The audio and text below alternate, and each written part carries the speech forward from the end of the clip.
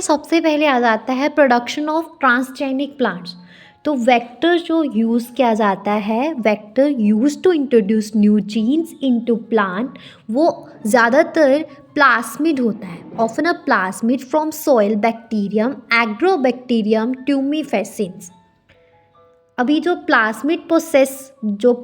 Process करता है gene को, वो क्या करता है, genes, plasmid process genes that transfer the DNA from a plasmid and उसको क्या कर देता है, get integrated into the host, और इसको हम नेचुरल जेनेटिक इंजीनियरिंग बोलते हैं।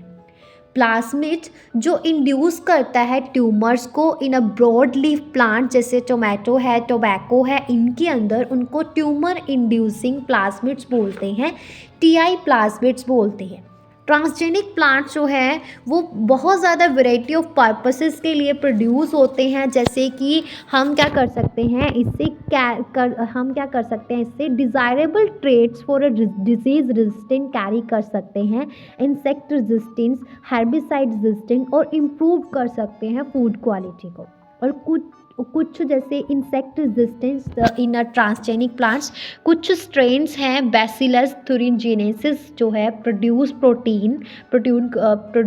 हैं प्रोटीन को, जो कुछ इंसेक्ट्स को मार देते हैं, जैसे कि लैप्टिडोप्टेरन, टोबैको बड बॉम, या फिर आर्मी बॉम बोलते हैं, और कॉलियोपेटेरन बैटल्स, डाइपेटेरन फ्लाइज और मॉस्किटो को मार देते हैं। ऐसे ही be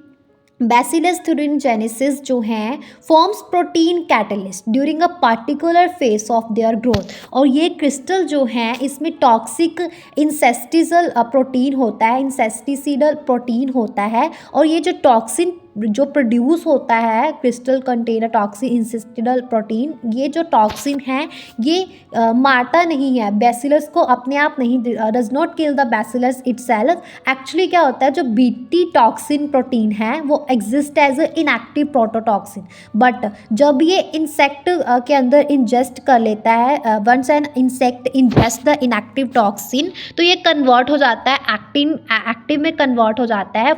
active form of toxin में कन्वर्ट हो जाता है due to alkaline pH of gut. तो जो सोल्यूबलाइज हो जाता है, फिर इससे क्या हो जाता है कि जो क्रिस्टल है वो सोल्यूबलाइज हो जाता है, और एक्टिवेटेड टॉक्सिन जो है वो बाइंड कर जाता है मिडगट एपिथेलियल सेल्स की, जो मिडगट है उसके सरफेस के ऊपर, और वहाँ पे क्या कर लेता है,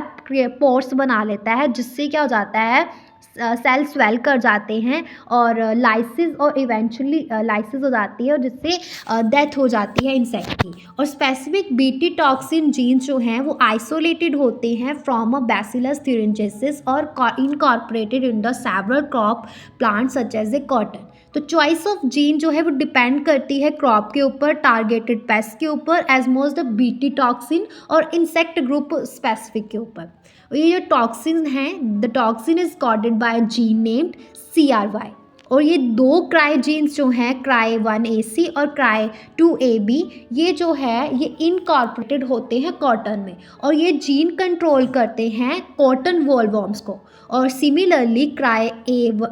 1AB has been introduce in BT corn to the protect the same from corn borer. Clear है ये सारा।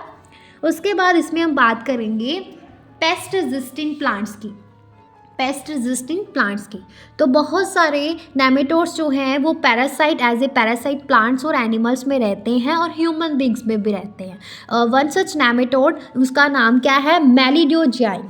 मेलिडोजाइन इनकॉन्गिनेटा इंसेक्ट, जो जो क्या करता है, इन्फेक्ट करता है टोबैको प्लांट्स की रूट्स को, और ग्रेट रिडक्शन करता है उसकी जील्ड में। एक नॉवल स्ट्रेटजी जो है adopted to the prevent this infection which was based on the process of RNA interference. RNA interference एक फिनोमिना है जो जीन की एक्टिविटी को इनहिबिट करता है, और ये जीन की एक्टिविटी को इनहिबिट करता है by synthesis of RNA molecule complementary to the mRNA। और इसमें क्या आता है कि जो नॉर्मल mRNA है जीन का, उसको सेंस बोला जाता है, जिसमें कोडोन्स होते हैं, codons that are read during translation, और स्ट्रैंड कॉम्प्लीमेंट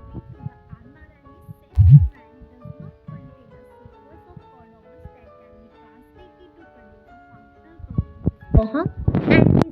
आरएनए